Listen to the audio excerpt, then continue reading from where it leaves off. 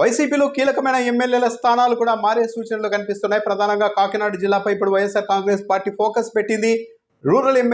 Kakinada rural ఎమ్మెల్యేగా ఉన్న కన్నబాబుతో విషయంలో కూడా మార్పులు చేర్పులు జరిగే అవకాశాలు కనిపిస్తూ ఉన్నాయి. పిఠాపురం నుంచి పెండెం దొరబాబు ప్రస్తుతం వైసీపీ నుంచి ప్రాతినిధ్యం వహిస్తున్నారు.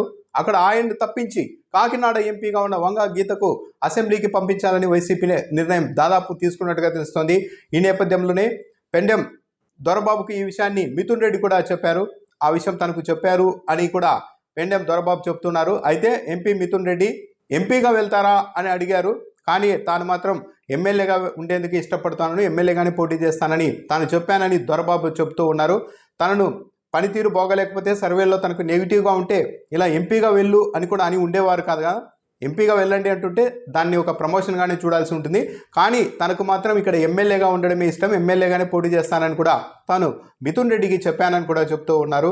ఒకవేళ వైఎస్ఆర్ కాంగ్రెస్ పార్టీ అధినేత మిమ్మల్ని ఎంపీగానే పోటీ చేయండి అని మీరు చెప్తే ఏం చేస్తారు అన్నప్పుడు, పార్టీ జగన్మోహన్ రెడ్డిదే కాబట్టి, తొలి నుంచి తాను విధేయుడిగా ఉన్నాను కాబట్టి ఆయన అలాంటి నిర్ణయం తీసుకుంటారో చూడాలి.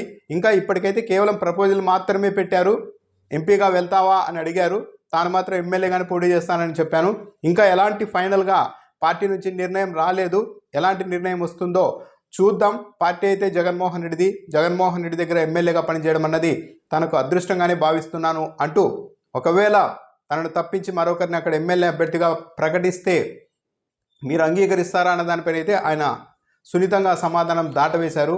ఇప్పటికైతే అధికారికంగా ఎలాంటి ప్రకటన లేదు కాబట్టి దానిపై స్పందించేందుకు ఆయన నిరాకరించినట్టుగా ఉన్నారు. అయితే దొరబాబును అయితే ఎంపీగా పంపేందుకు, ఇక కాకినాడ రూరల్ ఎమ్మెల్యేగా ఉన్న కన్నబాబును కాకినాడ ఎంపీగా పంపేందుకు వైఎస్ఆర్ కాంగ్రెస్ పార్టీ ప్రయత్నిస్తోంది. ఇప్పటి వరకు కాకినాడ ఎంపీగా ఉన్న వంగ గీతను పిఠాపురం ఎమ్మెల్యేగా పంపించేందుకు ప్రయత్నాలు చేస్తూ ఉన్నారు.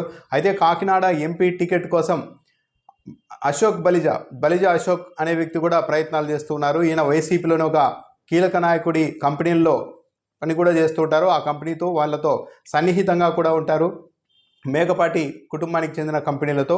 సో బలిజా అశోక్ బాబు కూడా ప్రయత్నాలు చేస్తూ ఉన్నారు.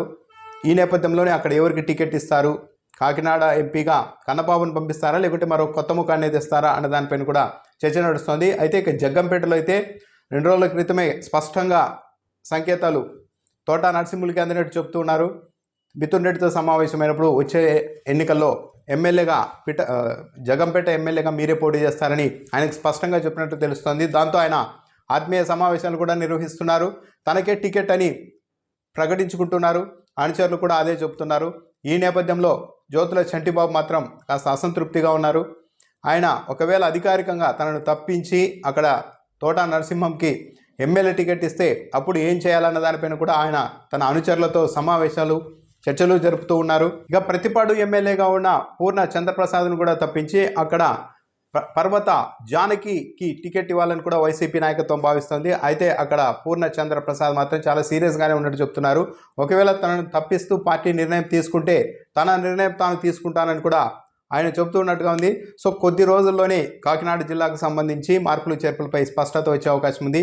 ఇప్పటికైతే జగ్గంపేట నుంచి తోటా నరసింహంకు టికెట్ దాదాపు ఖాయమైపోయింది అన్న ప్రచారం నడుస్తోంది.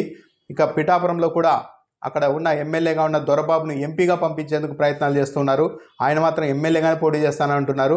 అది ఎంతవరకు వస్తుందనేది చూడాలి. ఇక కాకినాడ రూరల్ ఎమ్మెల్యేగా ఉన్న కన్నబాబును ఎంపీగా పంపించాలి అనుకుంటున్నారు. మరి దానికి ఆయన ఎంతవరకు అంగీకరిస్తారు, ఇలాంటివన్నీ తేలాలంటే కొద్ది రోజులు పట్టే అవకాశం అయితే ఉంది.